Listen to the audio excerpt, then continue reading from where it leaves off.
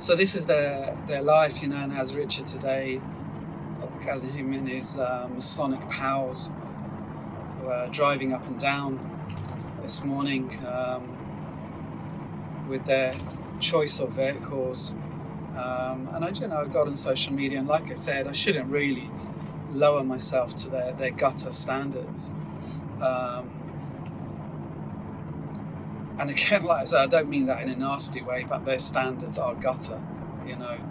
These people, like I said, if you see what they do, not just to me, to other people, and like I said, see what they do in their lodge and see if you disagree with me then. And anyway, so I did get on social media as well and just tell them to shut up, and remind them. I tell Richard, you're a child rapist. I tell him, remind him, I know, and it kills him that I know this. That's why they're doing all this. I know about your blood drinking ceremonies, and it kills them that I know all this. I know about the telepathy that you learn. It pisses them off. It really pisses them off. The fact I know all these things about them. I know you've set people up. You've told me. I've seen what you do in that lodge. And so I go on social media and just tell them it's kind of at that stage now. I don't give a shit. They obviously not going to do anything other than drive up and down with their sirens or drive up and down with an ambulance. That's all that they that they can do. And I laugh because they're supposed to be MI5. They're supposed to be serious actual. They're above police. This is MI5, and look at them. How can you not laugh? I mean, I've written 3 plays taking the piss out of them because of what they do, because it's so stupid. And that's all they're going to do, So I just go on, and I'm sitting there, and, I've got to teach my class, and this guy's, he's already driven up and down on a motorway as a psychopath, and then he's outside blasting his sirens. He's locked on, and so I just get on and shut up, you child rapist. And they do, They don't at first, then they put their sirens on. But it's just so stupid because I take the piss out of them for putting their sirens on them, and I mock them. I'm like, that's all you can do. And then that's what they do. Oh, God almighty. These people, you're supposed to be MI5. They're so far removed from the field of justice, in my humble opinion. And as I said this morning, in a way, and I keep saying this, it's a really shit life because they're supposed to be MI5. They're really, or they're supposed to be some kind of counter-terror unit. They have all this power, and really, this is your life. They're following me now. This is your life, I'm in a school, now you get to go drive up and down, put your sirens on. That's as good as it gets for you. And I wrote this morning, and I was like, you deserve it. And I don't mean that in a nasty way, but in a way they do, don't they? I'm not being unreasonable, and I'm not being nasty or anything like that. But in a way, they deserve it. They do deserve it. This is what you deserve. You did all that power you've got. It's gone, mate. It's gone. This is what your life, as I wrote yesterday, it's not going to get any better than this. The extent of your life now is that you're going to follow me wherever I go, and you can look for ways to harass me, and that's as good as it gets for you. And your days are going to be spent driving up and down outside the school of an English teacher. Welcome to your new life. And it's been like this for how long? I met these people in 2017. And I thought, you know what, they deserve it. They actually deserve this life they're living. I wrote the book Karma, and in the book, this is the novel that's coming out. And in the novel,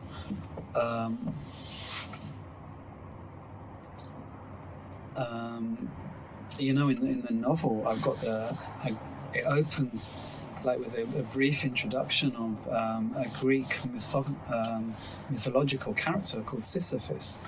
Sisyphus was a punishment he was punished by the gods for being a psychopath, amongst other things. And his punishment was to do the same thing, the same pointless chore, day after day. And I put that in the book because it reminds me of Cockney Richard. It reminds me exactly of him. So I even put it in the book. And actually, I put the character. I put the character in the book as well, not just the introduction. There's a couple of chapters where I've thrown it in because it is a punishment, and this is like a punishment for them. And no wonder the guy's always mad, because they're always mad. Every day he's mad. And as I wrote last week, or was it this week, I was like, it must be a barrel of laughs working for this guy. You know, permanently mad. You do the same shit every day. You're supposed to be MI5. And underlying it all is the question, why are they doing it then? And again, like I said, you know, it's all about that lodge. It's all about the things I know. The things I've been telling people for a long, long, long time. It's all about that. There's a section in the book that I'm working on, the biography of 2024, where I put stuff about the Masonic oaths. If you look at the oath, if you look at the penalties for the 33rd degree of the Scottish Rite, and if you look at what people have to swear, again, it's as sick as all the other 32 degrees. But the 33rd degree, the 33rd degree, Scottish Rite, the oath, I can't remember exactly what it is, but I think what stood out was that you have the oath where, I don't know what it is, it's always something sick, ripping your tongue out, or I don't know, cutting your heart out, cutting you in two. All of these degrees have these really sick penalties. So I can't remember actually what the penalty was, but the part that starts out is that not only if I break my oath and reveal anything to anyone outside of the lodge, then not only will you do this to me, but I'll take on the penalties of the previous degrees as well.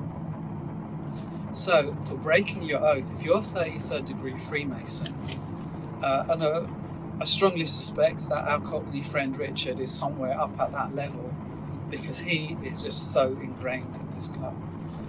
But if you're at that level, 33rd degree, if you break your oath and show people outside the club, reveal secrets, as they say, you don't just pay the penalty for that degree, you have to pay the previous penalties for every single degree, for every oath you've taken. That's how screwed up these people are, and that's how much they have to hide. And that's, again, I'm putting that into the book, and then I'm looking at the previous books I've written, the Diary of 23, the Diary of 2022, of 2021, and actually it's just the same things. Actually, so all I do is I'm really just repeating myself. All of these books have stuff about Masonic oaths, because why are they doing this? Why are they doing this? It's a complete mystery, isn't it? And I have to speculate because, well, look at what they do to people then if they break their oath.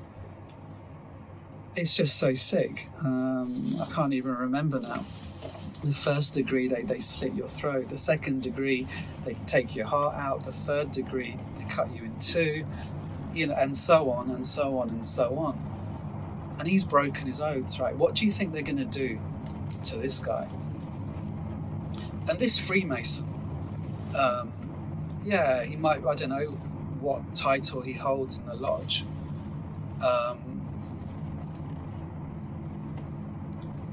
I don't know how high up he is in the lodge. But again, when you look at it, and again, from what I know, and I might be wrong, but from what I know, he is just a lackey. These people are just being used themselves. Masonry is made up. All these secret societies are made up of degrees within degrees. There's level upon levels. There's all these different levels of hierarchy. And these people aren't at the pinnacle. They're not at the top. Of course they're not. And of course they're just being used themselves. So what do you think they're going to do when they find out what this guy has done? And he's pretty much committed the worst thing. And this goes some way to explaining as well everything they're doing. Because at the end of the day, I'm only an English teacher and I'm only a writer. That's all I am. And for them to go to all these extreme efforts to actually go out, to torture me every day, to endanger my life for an English teacher. That's like, what? What, don't you like his novels or something? Well, they don't. Again, you know, it's there in all of the books. And again, I'll put a little bit in this one as well. I haven't written about the 33rd degree oath. That was a new one. But again, it goes back to that. These people, I'm guessing, are living in fear. They're living in fear. And again, it goes some way to explaining why our Cockney friend are so mad. Why he's mad all day, every day, ever since I met him. He's been in a state.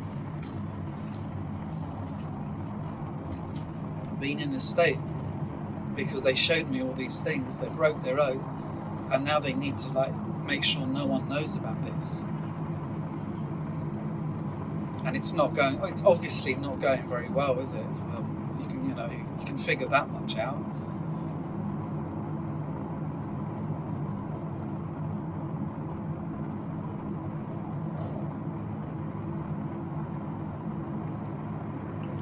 So I'm guessing these people are in a state of fear, that they're not in a good state, and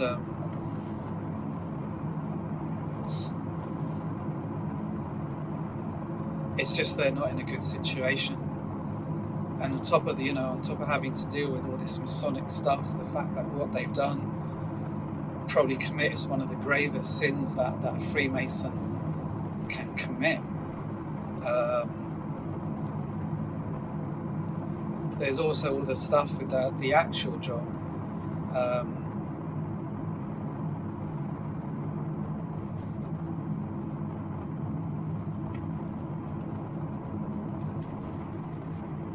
The actual job, the job that they're supposed to be doing, the job that they're paid to do.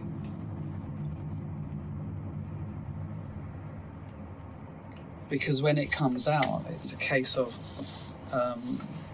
they're going to have to explain it. And everything that is happening, just the whole surveillance, the fact I'm under surveillance is criminal in itself. This whole surveillance is illegal, and then you can't even call it surveillance. Yeah, it's just really is a mess, and they're one solution obviously isn't working, but it's what they're stuck with. And as I've said, it's a really shit life. It's a really shit life. That's how I look at it. But as I said this morning, they probably deserve it. In a way, they probably deserve it. There's all these kind of, I suppose they should be doing all these exciting things, they've got police dogs, they've got guns, helicopters, they've got all these tools of the state, and they should be out there actually foiling dangerous terrorists and maybe doing some exciting stuff. And basically, this is just what they do. Just follow me to work and back. And like I said, I don't mean to be nasty, but they probably deserve it. This is what you deserve now. And that this is what their life has been ever since they met me. And when I said yesterday, it's not going to get any better, I honestly mean that. That's what I feel.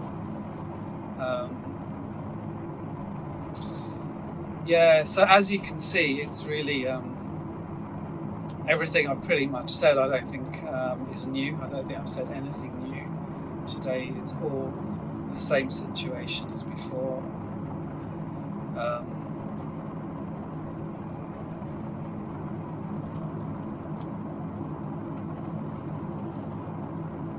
Someone once said as well,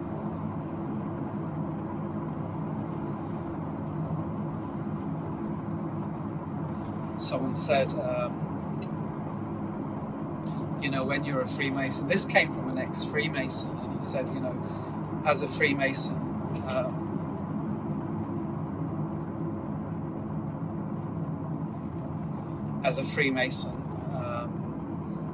he was talking, I think he only got to the 3rd degree, but he obviously had learnt enough, and he got involved in Freemasonry. He was an American guy. He got involved because he thought he was into like the religious side. He was into Christianity, and he thought there was a link between the two, and he liked learning all this stuff about King Solomon and King Solomon's temple. He liked the kind of biblical stuff, but then he found out the truth, really what this club is. It's nothing to do with Christianity at all. And as he said, by the time you get to the 30th to the 33rd degree, you're just gone. You're gone. That's what he said. And I remember those words, and as I was thinking about Richard and his gang, I was thinking, yeah, these people are really gone, aren't they? Like they're really, really, like they're at that point where they're so ingrained in their club. They've done so many rituals. They've been through all these degrees, and they're so brainwashed now. And it's exactly what he said. They're done.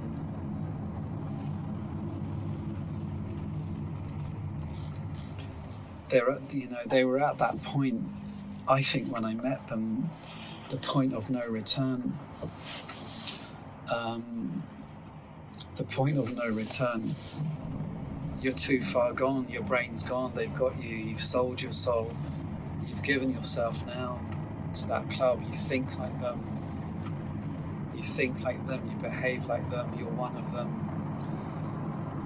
you are what they want you to be. That's really what he was saying, and I was thinking, yeah, it's pretty much true, really. These people are gone, because even when I met them, they were nothing like you expect people who work for the law, whether it's police or MI5 or anyone. This isn't really what you expect. They sold themselves completely. They were gone when I met them. Within seconds, not seconds, but within days, they were fabricating evidence.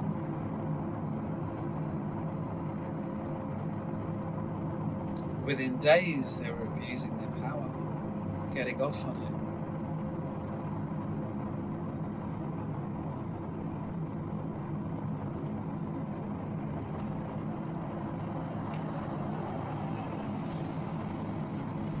Yeah, these people were gone before I met them, and all the things I've been banging on about for years and years. They're saying the same thing. They don't have humanity. They don't have humanity. It's gone. It's gone from them. It's been ripped out of them. They don't have compassion. These traits that make us human beings, they don't have it. It's been beaten out of them in that lodge. They don't have empathy. They just don't have it now. They've been brainwashed. Aleister Crowley, 33rd degree Mason, pretty sick guy. If you look at this guy, and he was into all this, like they call black magic and witchcraft, which is part of Freemasonry, as I learned. And he was into all this like voodoo stuff. And the saying, "Do as thou wilt," comes from him, which I didn't know. And that's really, really what they've been indoctrinated with, so it looks to me. But do as you like, do as thou wilt. You're now illumined. You're one of the club. You're in the club. You're a brother. You're illumined. And remember how they see people outside the club. They call them profane. And I've watched videos of other people, and that's what they were saying. They see you like you're barely human. They see themselves as on a higher level. And they're full of arrogance. They've got big egos, because that's really what the club has been filled into them. And I said it before. In fact, I think I said it on this journey home as I avoided the motorway.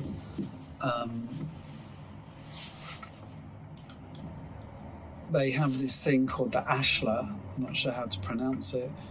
And you start off as a mason, as the rough ashlar. By the time they've done with you, you're a smooth ashlar. And it's an analogy, it's a comparison. A smooth ashlar is what you've been molded into. See, when you're a Freemason and you get to that level, 30th, 33rd degree, you don't get up there unless you do certain things, unless you behave in a certain way. That's the only way you get up there.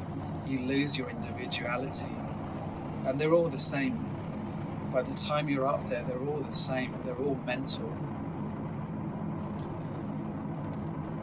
And again, you know, when I've listened to people talking about Freemasonry, whether they're in America or Europe, it doesn't matter where they are, Australia, New Zealand, Africa, it doesn't matter where they are, it's all the same.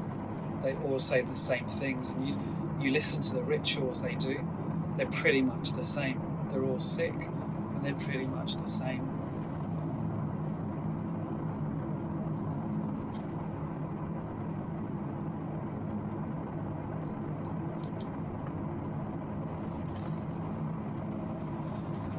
You have no individuality, you know, and they'll beat any kind of, they'll beat all your decency out of you. There's one guy, listening to him, in fact they all say it doesn't really matter who. You know, the fact they call you profane, you know, you're a lower species almost to these people. You're there to serve them, and you're expendable as well. And that's, you know, you see it with these guys, you see it with Richard, our Cockney friend, and his gang. You can see it with the Brethren, with his Masonic gang. As I've said a million times before, how cheap is life to these people? Incredibly, they don't think anything of destroying life. They really don't. They really, really don't. And it's beyond me. It is well beyond me.